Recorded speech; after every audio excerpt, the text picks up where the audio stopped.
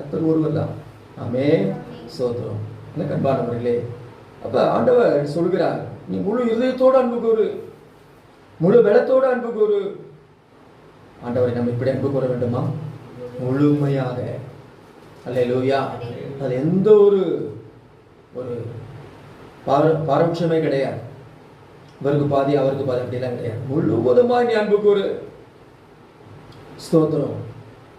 அது மாத்திரமல்ல, இந்த உபாகம் 6ஆம் அதிகாரம் 6ஆம் வசனத்தில் எழுதப்பட்டிருக்கிறது, இன்று நான் உனக்கு கட்டளையிடுகிற இந்த வார்த்தைகள் உன் இருதயத்திலே இருக்க கடவுது என்று சொல்லுங்க. இந்த வார்த்தை எங்க இருக்கணுமா? கர்த்தர் முழு இதயத்தோடு நீ நேசிக்கணும், முழு பலத்தோட முழு சிந்தையோடு நீ அன்பு கூற வேண்டும் என்று அந்த வார்த்தை உன் இருதயத்தில் இருக்க கடவுது என்று ஆண்டவர் சொல்லியிருக்கிறார். ஸ்தோத்திரம். 13ஆம் வசனத்தில் ஆண்டவர் சொல்கிறார், உன் தேவனாகிய கர்த்தருக்கு பயந்து அவருக்கே ஆராதனை செய்து அவர் நாமத்தை கொண்டே என்ன செய்வாயாக? ஆராதிப்பாயாக. அவருக்கே ஆராதனை. அல்லேலூயா. ஆராதனைன்னு சொன்னா கர்த்தர் ஒருவருக்கே ஆராதனை. ஆமென். ஆகவே இந்த முக்கியமான சத்தியத்தை ஆண்டவர் நம்முடைய இருதயத்திலே அவர் என்ன செய்கிறார்? பதிய வைக்கிறார். வேத பாரகன் கேட்கிறார். இந்த கேட்ட கேள்விக்கு அந்த உபாகமத்தில் எழுதப்பட்ட அந்த சத்தியத்தை அங்கே சொல்லி அவனை விளங்க வைக்கிறதை பார்க்கிறோம். இஸ்ரவேலுக்கே நம்முடைய கர்த்தர் ஒருவர் தான் கர்த்தர். ஆகவே அவரை முழு இதயத்தோடு அன்பு கூற வேண்டும், முழு பலத்தோடு அன்பு கூற வேண்டும். இது மாத்திரமல்ல, இந்த வார்த்தைகள் எல்லாம் உன் இருதயத்தில் இருக்க கடவுது. அவர் ஒருவருக்கே நீ ஆராதனை செய்ய வேண்டும். ஆமென்.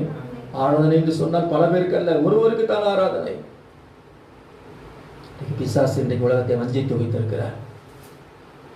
கர்த்தர் யார் ஒருவருக்கே ஆராதனை செய்யணுமோ அதை ஆராதனை செய்ய விடாதபடி தடுத்து இன்னைக்கு இதெல்லாம் ஆராதனை செய்யக்கூடாது இருக்கிறதோ அது எல்லாவற்றும் இன்றைக்கு மனுஷர்கள் வணங்கும்படி ஆராதிக்கும்படி செய்கிறதை பார்க்கிறோம். பிசாசுடைய மகாபெரிய அன்பும். எனக்கு அன்பானவர்களே, ஆண்டவர் இந்த ஒரு முக்கியமான சத்தியத்தை இந்த வேத பாரனுக்கு ஆண்டவர்கள் விளங்க வைக்கிறதை பார்க்கிறோம்.